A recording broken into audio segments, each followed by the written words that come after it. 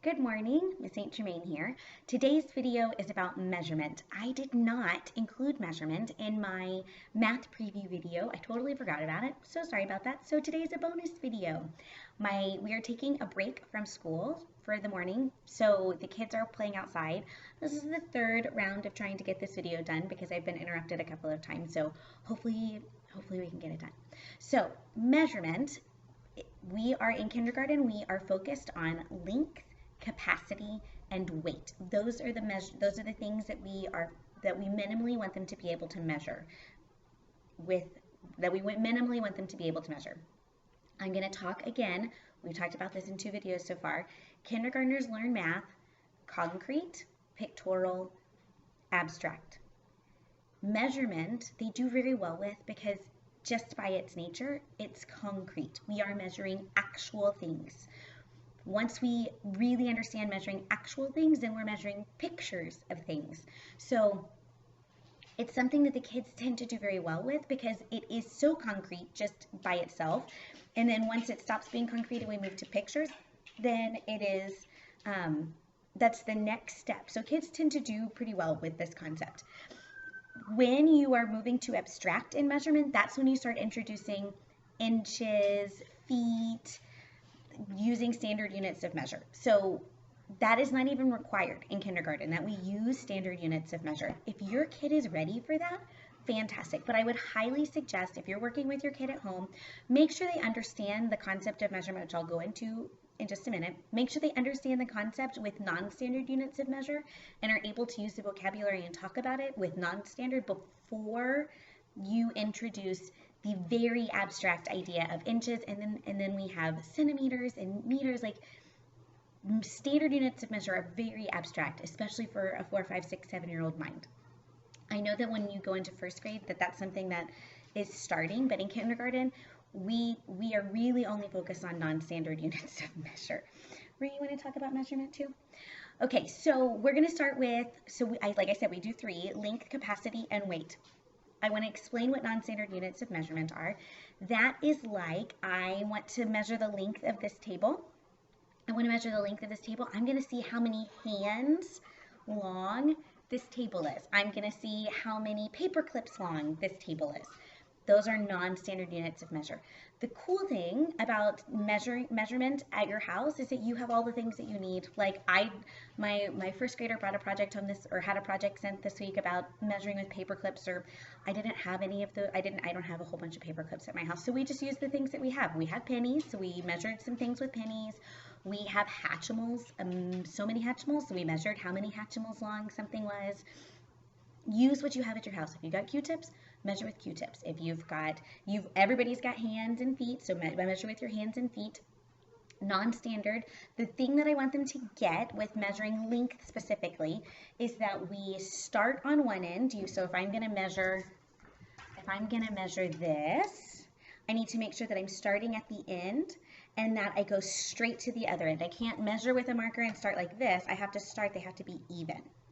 So we're teaching them to start like that, just like if you're going to measure with a ruler, you can't start in the middle of the ruler. So we teach it first with non-standard units of measure. Okay, I hope that makes sense. As far as weight and capacity goes, we're not measuring so much with non-standard units of measure. In school we do. That's going to be really hard. Unless you have a balance at your house, it's going to be a really hard thing to do. Like, I might put a rock in one side of a balance, and then I would use like my counting bears in the other side of the balance. That would be how you would do non-standard units of weight at school. I don't have a balance at my house, so that one's going to be a little tougher to do at home. With weight specifically, I would use pictures or items in your home. So I would say, okay, do you think Rue, our big giant dog, weighs more or less than our hamster Rosie? More, obviously. So in measurement, we're really focused on the vocabulary most and least, more, less, and same or equal. Those are the vocabulary words which we use with our numbers. We've already talked about comparing numbers. Now we're just using those vocabulary words to compare size. So for weight, use things in your house and just compare sizes. and then use pictures of things. Like when I'm doing like a test on measurement or just testing their knowledge in measurement, I'll have them like order from greatest to least a picture of an elephant, a picture of a tiger, and a picture of a goldfish. And which one weighs the most to the least? 1, 2, 3. So those are the kinds of things for weight. This is not complicated or hard. And your kid might do this already. Your kid might be great at this. Great. So then you don't have to worry about weight. Capacity. Capacity is fantastic because you have all the things you need in your house for capacity. Capacity is really comparing how much something holds. I'm not worried about measuring volume. I just want them to understand that if something is larger, look at all that talk here.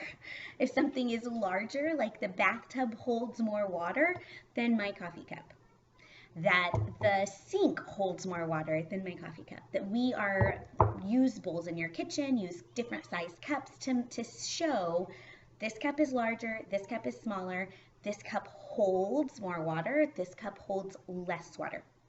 That's it. For you guys at home, that's all I would do. Measure length with non-standard units of measure. You can do height too. Measure, just compare size and with weight. Kindergarten and like first grade is not the time to be worried about this thing is smaller but it weighs more. Don't do it. Don't do it. Don't worry about that. Just very literally and concretely, does an elephant weigh more than a mouse? Yes, it does. How do you know? And have them explain their thinking to you. That's it. I have a list of things that you might have at your house to measure with: pennies, paper clips, hands, crayons, markers. I have Hatchimals, cars. I have a whole bunch of dinosaurs. We can measure with dinosaurs. The thing with non-standard units of measure that I'm wanting them to notice and see is if the non-standard thing we're using is very small, the number is going to be larger. Like if I'm measuring the length of this table and I use my hands, it's going to be kind of a small number, but the same length is going to be a larger number if I'm using paper clips. I want them to notice it. I want them to, I would definitely have them measure real things in your house, your countertop, your table, chairs, couch, whatever is in your house. Yesterday I had my kid first grader measure. She drew different pictures with chalk and then she measured them. That would be moving from concrete to pictorial. I know, you want to go outside. Okay, I'm gonna let my dog outside. You guys have a lovely, lovely Friday. I hope you have a wonderful weekend and hang in there. You guys can do this. Measurement is a really fun thing to do with your pre-K, kinder, first grader, so enjoy.